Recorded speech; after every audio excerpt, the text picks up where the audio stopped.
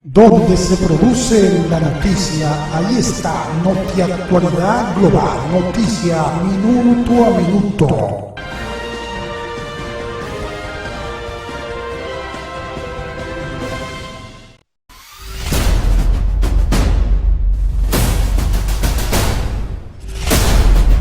Aquí seguimos, amables televidentes y redvidentes, con el programa Contraparte. Para nosotros un gratísimo honor contar con la presencia de un gran amigo.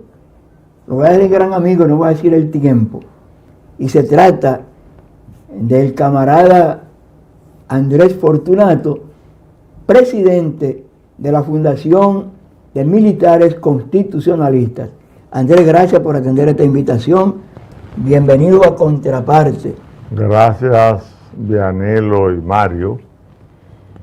Tú no quisiste decir ahorita de cuándo somos amigos, pero tú y yo no estamos viejos. Que tú y yo seguimos inquietos. Tienen experiencia, que es lo importante. Oh, pero muchachos, nosotros comenzamos. Yo digo en mi casa que tenemos juventud acumulada. Así es, pero mira, estuvimos llenando un espacio muy importante que fue aquel espacio de 1986-87 al 89, en la lucha contra la boleta tipo arrastre, que logramos que la Junta Central Electoral emitiera una resolución en septiembre del 89 a favor de que la boleta no fuera una sola, sino tres, porque antes se votaba nada más por el presidente y este arrastraba al Congreso y los ayuntamientos. Pero fue un trabajo que hicimos, tú de la prensa y nosotros desde los grupos de partidos emergentes. Así fue, así fue. Sí. Me alegra tener como invitado a una persona que ha mantenido viva ese momento de la historia de República Dominicana, de muchos hombres valientes, muchos hombres que dieron el paso para defender la Constitución de la República. Me refiero al 1965, que fue la llamada Revolución de Abril, porque a nivel personal tengo varios familiares que estuvieron, iniciando por mi tío Pedro Russo Fernández y también por mi padre, Mario Antonio Lara Fernández. También llegué a conocer a Ramón Monte Arache, y mi padre y mi tío, familia de Fernández Domínguez. Y qué bueno colocar en la entrevista del programa Contraparte una persona como Andrés Fortunato, que mantiene viva esa parte de la historia, ya que la memoria histórica de un país no debe de perderse ni de olvidarse. Excelente, Mario, gracias. Gracias porque... Y nuestro saludo, donde quiera que esté, a nuestro querido Bacho y otros Raúl tantos Pérez Peña. y otros tantos que participaron en la gesta de personas heroicas que están y otros que no están. Sí, muchas gracias, te repito, porque hablar de la lucha que hemos sostenido de resistencia legal para rescatar la memoria histórica de Abril es hablar del rescate de la memoria histórica de todo el que ha hecho grandes sacrificios por la patria, como es el caso de lo que estamos celebrando ahora desde el mes, en todo el mes de la patria, que fue antes de ayer el nacimiento de nuestro patricio Juan Pablo Duarte, un personaje que todo dominicano y dominicana debe de llevar en su memoria y reflejarlo en todos sus actos. Nos hemos preocupado humildemente por rescatar la memoria, sin haber sido un protagonista de renombre en la revolución, ni nada de eso, sencillamente un miembro que participó como ciudadano y que se ha preocupado junto con un gran número de compañeros civiles y militares de la revolución de mantener viva el espíritu de aquella gesta de Abril, que es el tercer acontecimiento de la historia dominicana y el acontecimiento que le ha dado al país 58 años sin golpe de Estado. Y eso es debido a la naturaleza de la revolución, al esfuerzo que hizo el pueblo dominicano civil y militar, no solamente por tratar de reponer al profesor Juan Bosch, quien había sido víctima de un golpe de Estado el 25 de septiembre de 1963, después de haber sido electo por mayoría abrumadora el 20 de diciembre de 1962 y haber promulgado la constitución más importante y avanzada de nuestra historia. Hoy estamos con ustedes compartiendo este momento y le agradecemos mucho poder llegar a las personas que le dan seguimiento a ustedes, a sus seguidores, y compartir con ellos unos minutitos junto con ustedes. Andrés, hay un escritor e investigador dominicano radicado en los Estados Unidos que se llama Víctor de la Cruz. Él ha escrito 2 libros que tienen que ver con Juan Bosch. Uno, el único libro que recoge aquel debate entre Láutico García y Juan Bosch, el único que está en un libro, lo hizo Víctor de la Cruz. El otro es, él jocosamente le titula Capítulos ocultos del golpe de Estado. ¿Qué cosa entiendes tú que no se saben todavía del golpe de Estado y de la propia Revolución de Abril? Mira, del golpe de Estado, por la misma narración de Víctor Cruz, se narran momentos que el pueblo dominicano no conoce. Por ejemplo, el pueblo dominicano no conoce que esa noche del golpe de Estado estaba un agregado militar norteamericano en el palacio. Entonces tú dices, bueno, pero ¿y cómo fue eso? Aquí los norteamericanos estuvieron presentes en todos los momentos importantes de nuestra historia, han estado y están todavía. Ayer de una manera y hoy de otra. Por ejemplo, ayer era que cuando Rodríguez Chavarría se levantó con los militares y bombardeó ametralló a San Isidro, había un agregado militar que fue sustituido de una vez porque fue sorprendido, que es Edward Simon, y fue sustituido por uno que se llamaba Vivan Cass. Pues ese Vivan Cass estaba esa noche ahí.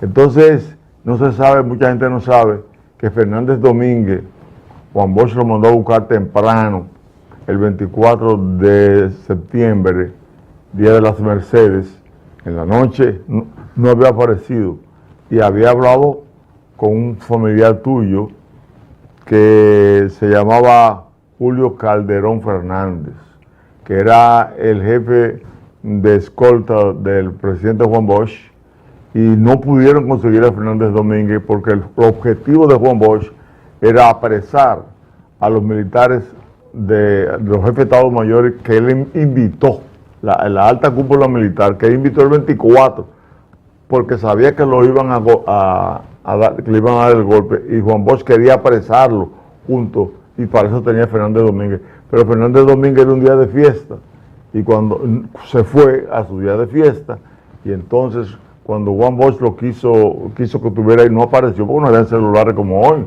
donde tú podías estar en cualquier campo y te descubría. Cosas como esa el pueblo no sabe. Y entonces, señor Fortunato, yéndonos a su opinión y un poco a lo que hubiera pasado, de una persona como Fernández Domínguez en aquel momento, que era el líder prácticamente de ese momento, no haber muerto en la forma que fue, ¿qué hubiera sido de ese Fernández Domínguez en estos momentos?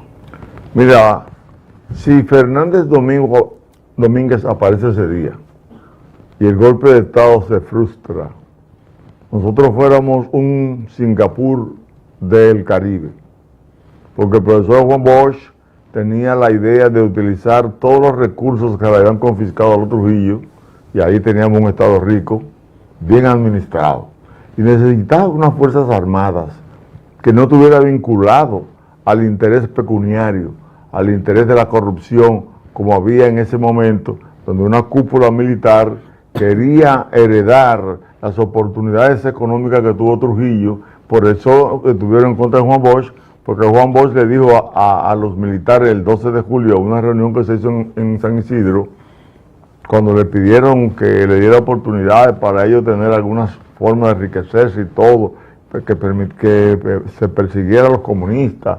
Juan Bosch le dijo, mire, eso conmigo no lo van a conseguir, porque eso, yo soy un demócrata a carta cabal. Tiene que ser otro presidente, pero yo no voy a hacer eso. Juan Bosch lo enfrentó y lo convenció. Juan Bosch quería ese día convencerlo bajo una contraparte de fuerza que representaba a Fernández Domínguez y 12 oficiales de las Fuerzas Armadas y de la Academia Militar de la Carrera que formaron el movimiento Enriquillo junto con Fernández Domínguez. Si ese grupo aparece en ese momento, esa contraparte obliga... Tú eres de la batallita, ¿verdad? Sí, yo era cadete. ¿Y a quiénes hubiera sido que hubieran apresado en aquel momento de Fernández Domínguez aparecer? Mira, tal vez no hubieran apresado a nadie. ¿Cómo que a nadie? Pero déjame decir... se le daba la alerta. Pero entonces se produció una circunstancia en la cual había que negociar el continuar el gobierno de Juan Bosch.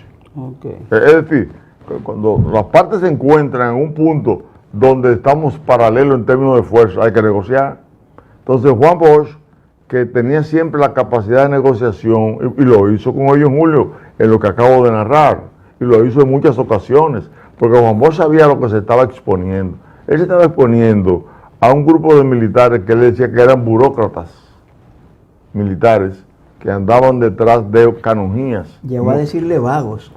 ¿Tú entiendes? Entonces, ¿qué ocurre? Juan Bosch quería enderezar lo que hemos querido nosotros. Nosotros hemos seguido luchando por lo que Juan Bosch quería se dé en algún momento en este país. Pero fíjate, por ejemplo, dice Andrés, hablando de las cosas que aún no se saben o no se sabían, que si Fernández Domínguez aparece esa noche, nosotros hoy fuéramos un Singapur pequeño. Sí. Hay un segmento ahora en los medios, cada una hora, cada 2 horas, que lo describe Leonel Fernández, que dice, para cambiar el mundo hay que leer.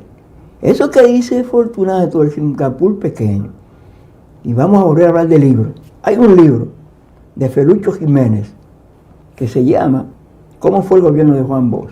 Hermano, el que lee ese libro va a confirmar eso que dice Andrés Fortunato. Bosch quería una especie de un Singapur pequeño, porque en una entrevista inédita que le hace Felucho a Bosch para ese libro, voy a escribir una serie de cosas. Bosch dice, por ejemplo, iba a convertir a la República Dominicana en una especie de un trípode. El este, con el desarrollo turístico y parte de la caña. El Cibao, con la riqueza agropecuaria que tiene. Entonces él convertiría el sur en un polo industrial. E inclusive, Bosch había contratado la instalación de la refinería dominicana de petróleo en un pueblito de Barahona que se llama Las Salinas, porque Bosch, además de la refinería de petróleo, hacía una industria cáustica a partir de el yeso que sobraba, la sal que sobraba y el petróleo que quedaba. Con eso se iba a producir caucho, una industria cáustica. Y Bosch iba a industrializar el sur, porque el sur no tenía potencial agrícola tan grande, el turismo del sur no estaba descubierto, y se iba a meter por la industria. Entonces, tú, con el sur industrializado, el potencial turístico del este y el potencial agropecuario del Cibao, tú vas a tener un trípode que iba a convertir a la República Dominicana. Entonces, ese momento, Andrés Fortunato, prácticamente retrocedió a República Dominicana a nivel económico y social de tal magnitud que cuando tú vienes a ver que en los años 80 fue que vino a desarrollarse por una visión de Frank Rainieri lo que es Punta Cana. Sí, mira, se retrasaron muchas cosas. Eso que dice Vianello es un libro muy importante, una recopilación que hizo Felucho Jiménez del gobierno de Juan Bosch. Ahí él narra desde con cuántos senadores ganó Juan Bosch, con cuántos diputados, con cuántos síndicos. Que me recuerdo, y le recuerdo para decir algo de lo que añadir, Vianelo, él habló de que de los 27 senadores, dice en ese libro, presenta a Jefe Lucho, Juan Bosch ganó 22 senadores. De los 74 diputados, Juan Bosch ganó 49. Y de los 78 síndicos, Juan Bosch ganó 63. Entonces fue una arrasó avalancha. con un 60%. Entonces, agregando algo del... Y entonces me surge, porque definitivamente yo no estuve en ese momento. Tú no estabas vacío, Claro. ni estaba en ideas. ¿Por qué entonces perdió el poder? Si logró a nivel legislativo ese poder, o sea, que le otorgó a nivel electoral, ¿y por qué entonces vino este momento? Como un golpe de Estado general, Mario. No, pero mira, pero hay algo importante. Pero déjame decirte algo de lo que tú estabas hablando todavía, que me gustó que trajera a colación ese libro, que hemos buscado alguna cosa en él, y ahí se aparece el aeropuerto de Puerto Plata, que hizo el gobierno de Juan Bosch.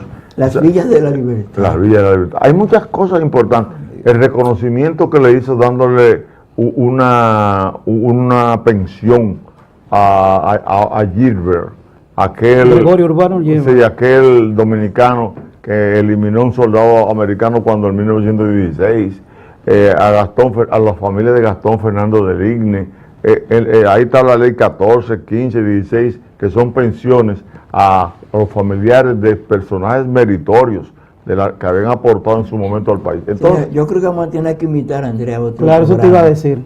para hablar, mira, Andrés, para solo hablar de ese gobierno de Juan Bosch, como está descrito en ese libro que escribió Felucho, No, y de la revolución también. y algunas cosas que Víctor de la Cruz tiene en capítulos ocultos del golpe de Estado. Vamos a hacer un programa prácticamente completo. Porque ya lamentablemente Claro. viene otro espacio ahora a las 9, son las 9. sí. Y nada, los amables televidentes. Pero dame un minuto, Sí, Vianelo. sí, un segundito. ¿Cómo no? Nosotros estamos en esta peregrinación por los medios y hablándole al país porque tenemos una lucha contra la corrupción. Y ahí coincidimos con que todo dominicano que ame a Duarte en este mes de la patria, que reflexione y entienda que jamás en la vida se debe retroceder a la corrupción, ni hoy, ni mañana, ni después. Duarte nos dio el ejemplo de la transparencia cuando le dieron 1,000 pesos para irse al sur. Le sobraron 800. Óyeme esto, gastó 173 y devolvió 827.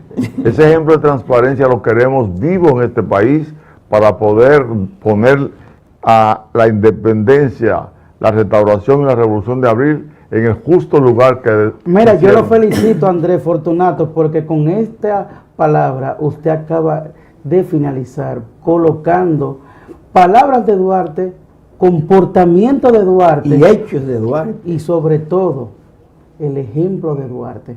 Hasta el próximo programa de Contraparte. Para mantenerte informado, suscríbete a Notiactualidad Global, noticia minuto a minuto.